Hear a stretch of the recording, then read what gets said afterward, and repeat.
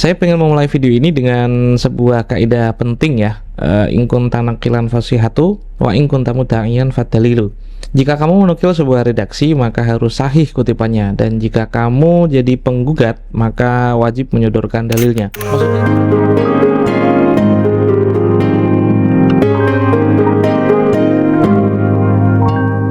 Bismillahirrahmanirrahim. Alhamdulillahi rabbil alamin, wa bihi nasta'inu ala umuri dunya wad-din, wassalatu wassalamu ala ashrafil anbiya'i wal mursalin, sayyidina Muhammad, wa ala alihi wa sahbihi ajma'in, amma ba'd. Sepertinya penelitian yang dilakukan Rumail Abbas tentang nasab Ba'alawi akan mencapai tahap final.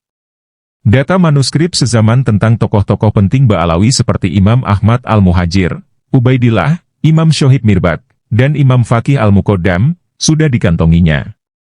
Bahkan kitab Arba'in karya Imam Ali bin Jadid yang diklaim mafqud atau hilang, sudah dia temukan. Di dalamnya dituliskan isnad hadis yang ditulis Ali bin Jadid didapatkan dari Imam Shohib Mirbat, dan kakek-kakeknya. Penelitian yang sangat menguras tenaga, pikiran dan tenaga, tidak ingin dibiarkan begitu saja oleh Rumail, dan dia ingin mengabadikannya dalam bentuk sebuah buku. Rumail menampik rumor yang mengatakan bahwa penelitiannya mempunyai motivasi politik. Karena dalam penelitiannya Rumail dibantu oleh dua orang pemodal, yang akan membantunya mencetak dan menerbitkan buku hasil penelitiannya. Rumail juga melayangkan tantangan diskusi kepada siapa saja yang ingin membedah temuan dan teori yang diungkapkannya secara akademik. Mau mendatangkan pakar filolog dan sejarawan kondang sekalipun untuk menguliti temuan dia tidak gentar sedikit pun. Tinggal tentukan saja tempat dan waktunya, jika memang ada kekosongan jadwal akan datangi ke sana. Saya punya banyak sebutan dan panggilan, tapi kabur dari dialog bukanlah salah satunya. Begitu kata Rumail Abbas. Seorang peneliti yang sangat percaya diri dengan hasil penelitiannya, sehingga dia mempersilahkan hasil penelitiannya diuji secara akademik oleh siapapun, tanpa harus pilih-pilih siapa yang harus mengujinya, untuk membuktikan keakuratan hasil penelitian yang telah dia kerjakan selama hampir setengah tahun ini. Rumail juga memberikan apresiasi kepada semua pihak yang telah membantunya dalam hal pendanaan untuk membeli manuskrip, yang memang tergolong mahal-mahal harganya, yang disalurkan melalui traktir, dan sebagai wujud terima kasihnya, dia memiliki keinginan akan menghadiahkan bukunya itu kepada mereka. Untuk lebih jelasnya silahkan disimak postingan Rumail Abbas berikut ini. Ba'alawi dan sikap mereka. Saya teringat makalah Imam Ibnu Hajar yang jika tidak salah redaksinya begini. Asy-syarafu la yulzimu 'adam al-fisq. Kemuliaan tidak berarti kelak tidak akan melakukan kefasikan, au kama qol. Jika Anda mengikuti isu pembatalan nasab Ba'alawi, tentu akan mendapati beberapa keterangan asyraf, keturunan Rasulullah, yang disebut Al-Ubaidili dan Al-Umari, nasabah awal, sebagai Ibnu Iyar atau memiliki perilaku buruk. Itulah kenapa makalah Ibnu Hajar di atas sangat relevan, karena fakta historinya memang benar-benar ada. Layaknya manusia pada umumnya, asyraf pun tidak akan maksum seperti Kanjeng Nabi, datuk mereka. Adakah nasab mulia ini dikapitalisasi? Sangat ada, dan rekam jejak historisnya bertebaran. Karena rekam jejak inilah, sebagian ulama meninggalkan makalah seperti ini kepada kita, sebagai pengingat dan pegangan. أن النسب الذي قد يسرع بصاحبه في الدنيا إلى بعض مآربه لا يصلح لذلك في الآخرة. Kadang-kadang nasab bisa mempercepat seseorang untuk mendapatkan keinginan duniawinya, tapi hal itu tidak membantu banyak di akhirat, awk makol. Dan makalah lain, supaya Anda yakin bahwa hal seperti ini bukanlah sesuatu yang kontroversial. لم يغنه انتسابه إلى الأبرار والمحسنين حتى يدفع به إلى درجات السابقين, walau kana nasabuhu yasiluhu bin nabi. Nasab mulia, yang genealoginya sampai kepada orang-orang saleh dan wali, tidak akan cukup bisa mengangkatnya ke derajat mereka, meski nyambungnya kepada Rasulullah sekalipun. Awk makol. Bagi saya, kesadahan Ba'alawi dan kapitalisasi oknum Ba'alawi untuk orientasi sosial, adalah dua perkara yang berbeda. Seperti yang saya diskusikan bareng Gus Umar Hawari di podcast STI Al-Maliki Bondowoso. Genealogi itu bukanlah produk demokrasi, dan bukan pula produk kebaktian. Maksudnya, andaikan semua Ba'alawi brengsek, dan semua orang sepakat mereka bukan sadah, maka tidak bisa membatalkan intisab mereka kepada Kanjeng Nabi.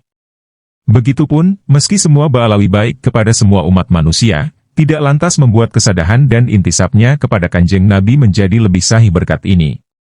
Saya rasa kita sudah cukup dewasa melihat genealogi sebagai fenomena biologis, dan kapitalisasi oknum dengan mengandalkan genealoginya.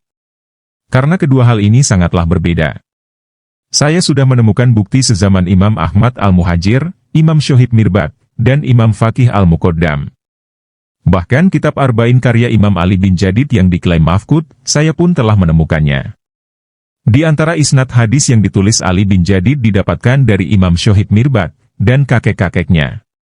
Kalau mau didiskusikan, saya sangat terbuka untuk itu.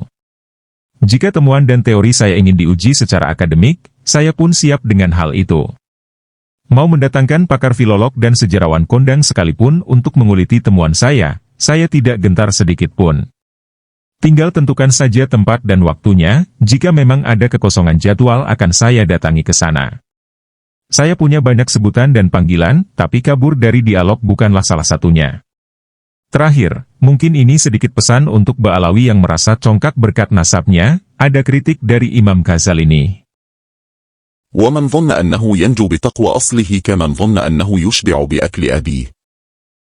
Orang yang menyangka dirinya akan selamat karena leluhurnya adalah orang bertakwa, ia seperti punya keyakinan bakal kenyang sebab makanan yang dimakan ayahnya. Awe Kamakol.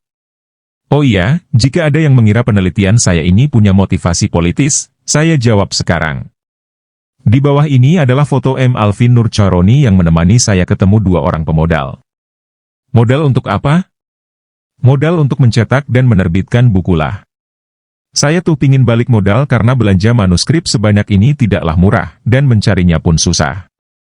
Di samping, inilah keseriuan seorang santri yang sekuat tenaga membahagiakan Mbah MUN yang sangat mencintai kabilah Ba'alawi.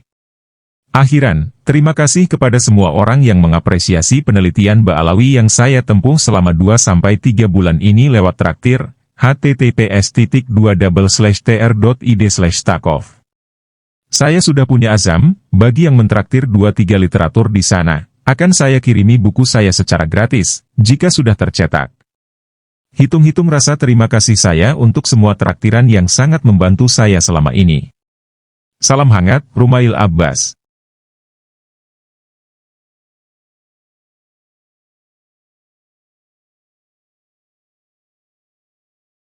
Tadinya tidak ada gelar Muhammad Shohib Mirbad untuk leluhur mereka, tetapi karena ada pencatatan dari mereka bahwa Muhammad bin Ali ini pernah ke Mirbad, maka diberi gelarlah leluhurnya ini yang bernama Muhammad bin Ali dengan Muhammad Shohib Mirbad.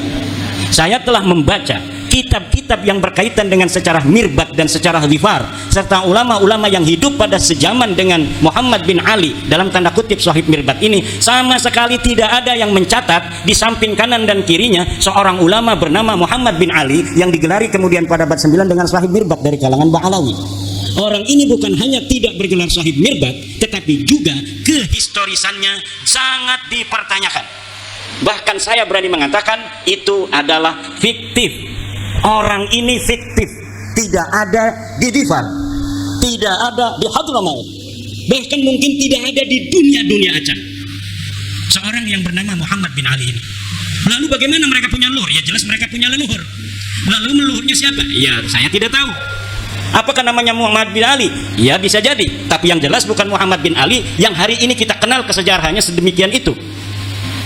Lalu bagaimana kok bisa begitu banyak kitab-kitab yang mencatat kesejarahannya hari ini? Bisa ratusan kitab tentang Shohib Mirbad. Bahkan orang Mirbad sendiri hari ini, sejarawan Mirbad, lihat apabila mereka menceritakan tentang Shohib Mirbad, mereka belum sadar kalau mereka mencatat nama seorang yang tidak ada pada zamannya.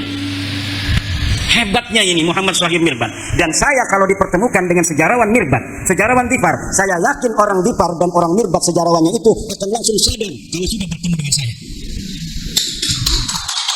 Apabila saya berikan algoritma dari sosok Shohib Mirbad ini, sejarawan Dhifar, sejarawan Mirbad, sejarawan Hadramaut akan langsung sadar bahwa ada masalah dalam kesejarahan, terutama kesejarahan nasab daripada sadah-sadah mereka ini, terutama yang berkaitan dengan klaim glorifikasi dari keluarga Ba'ali dalam ilmu pengetahuan, dalam tasawuf, dan dalam peran-peran kesejarahannya di masa itu yang berkaitan dengan politik, sosial, dan sebagainya.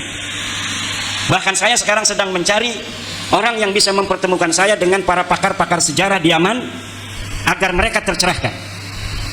Yang saya ingin ketemukan adalah para pakar-pakar sejarawan yang tidak ada kaitan dengan Ba'alawi, yang insya Allah apabila dia itu bisa bertemu, maka itu akan langsung gampang sadar daripada orang-orang yang mempunyai subjektivitas dengan kalangan Ba'alawi. Dan saya meyakini itu, apabila algoritma ini sedikit dibuka, sadar mereka dengan itu, maka sejarah Yaman hari ini yang terbentuk begitu kokoh akan rungkat.